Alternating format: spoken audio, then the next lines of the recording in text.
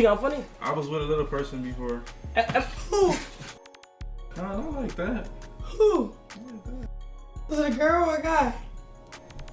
What? What kind of question was that? Also, speaking of Blueface, all this chit chat got me thinking about that time I posted these pics on Instagram a couple months ago. Check the material. Very much she a baddie, she knows she a 10, she a baddie with her baddie friends. Why did this happen after? I wasn't gonna go there. He don't like no more. He likes butt. And I've honestly always thought that Blueface swung for the other team simply because of his hatred for women. I just always felt like Blueface, when given the opportunity, he was gonna take some ass.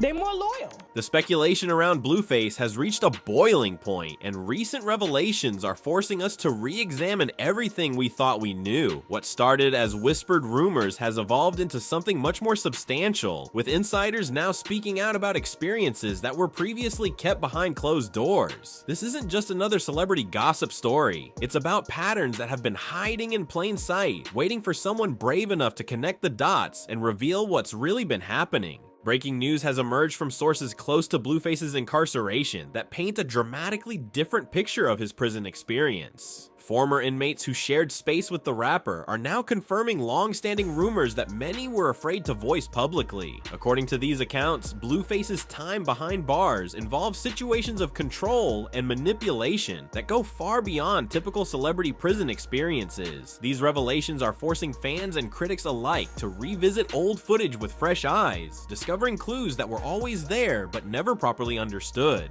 The foundation of these allegations didn't begin with his incarceration. They trace back to explosive claims made by those closest to him long before any prison drama unfolded. The most revealing insights came from his own inner circle, particularly during highly publicized relationship conflicts that exposed private details about his personal life. These earlier accusations, once dismissed as relationship drama, are now being viewed through a completely different lens as new information surfaces. The pattern suggests that the signs were always present, carefully hidden beneath a carefully constructed public persona.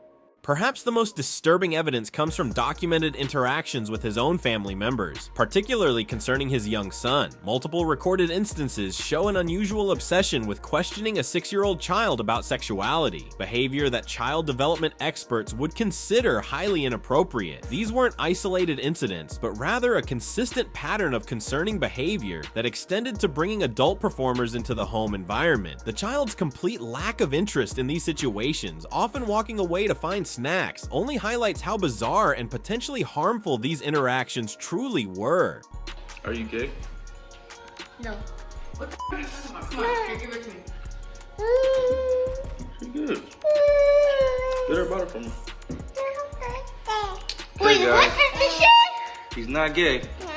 The questionable behavior extended far beyond family interactions into professional settings, where similar patterns emerged during casting processes for entertainment projects. Rather than focusing on talent or suitability for roles, the questioning consistently centered around personal orientation and private preferences. This behavior suggests a preoccupation that goes far deeper than casual curiosity or entertainment value. When incarceration began, these existing patterns suddenly made the emerging prison rumors seem far more credible to those who had been paying attention to the warning signs. You ain't gay, right? My man. My dog. My young... The aftermath of serious allegations revealed telling responses that spoke volumes about the validity of the claims. When presented with potentially defamatory content that could damage his reputation and career, the expected legal response never materialized. Instead of pursuing immediate legal action to protect his name and brand, the response was notably defensive and evasive. Legal experts suggest that when someone's reputation faces serious allegations, swift legal action is typically the first line of defense, unless there's concern that litigation investigation might uncover additional damaging evidence. The most revealing moment came during his first public appearance following his release, where his priorities and interests seemed to reflect his recent experiences rather than typical post-incarceration behavior. Instead of focusing on rebuilding his career or reconnecting with family, his immediate public statements centered around intimate activities that raised eyebrows among observers. This behavior pattern suggested that his time in confinement may have significantly influenced his perspectives and preferences in ways that contradicted his previous public image. Also, speaking of Blueface, all this chit chat got me thinking about that time I posted these pics on Instagram a couple months ago. Check the material. Very much she a baddie, she knows she a 10, she a baddie with her baddie friends. Why did this happen after?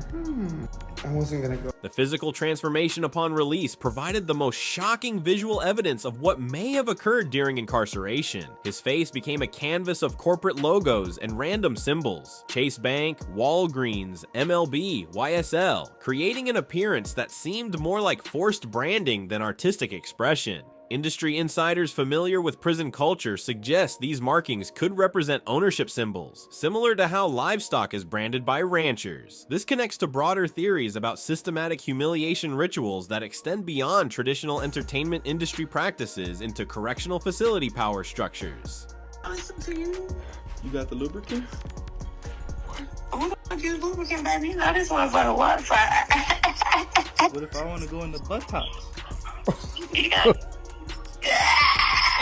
Hey, you with it, huh? Is it kind of weird that the first day out of prison, Blueface is suggesting some type of action to his woman? Or do you guys think that this is just normal behavior for them and that is what he was doing before? When examining the complete timeline, from early behavioral patterns to relationship revelations, from questionable professional conduct to prison allegations, and finally to the physical evidence of transformation, a disturbing picture emerges. The internet community has been vocal in their analysis, with many concluding that the accumulated evidence points to a carefully hidden truth that has finally been exposed. The question now isn't whether these allegations have merit, but rather what other aspects of his carefully constructed public image were designed to conceal his authentic self. This case serves as a stark reminder that social media personas often mask complex realities that eventually surface despite all attempts at concealment. What makes this entire situation particularly compelling is how each piece of evidence reinforces the others, creating an undeniable pattern that spans years of documented behavior, from the early relationship conflicts that exposed private search histories, to the inappropriate questioning of family members, to the suspicious casting processes, and finally to the prison transformation. Every element tells the same story. The corporate logo face tattoos weren't random artistic choices. They were the final confirmation of a truth that had been hiding behind carefully constructed masculinity. Industry experts who study celebrity downfalls recognize this as a textbook case of authentic identity breaking through manufactured personas. The most tragic aspect isn't the alleged prison experiences, but rather the years of internal conflict that preceded them. When someone spends so much energy projecting false images, the eventual revelation often comes through dramatic, undeniable circumstances that make denial impossible. This story serves as a cautionary tale about authenticity versus performance in public life.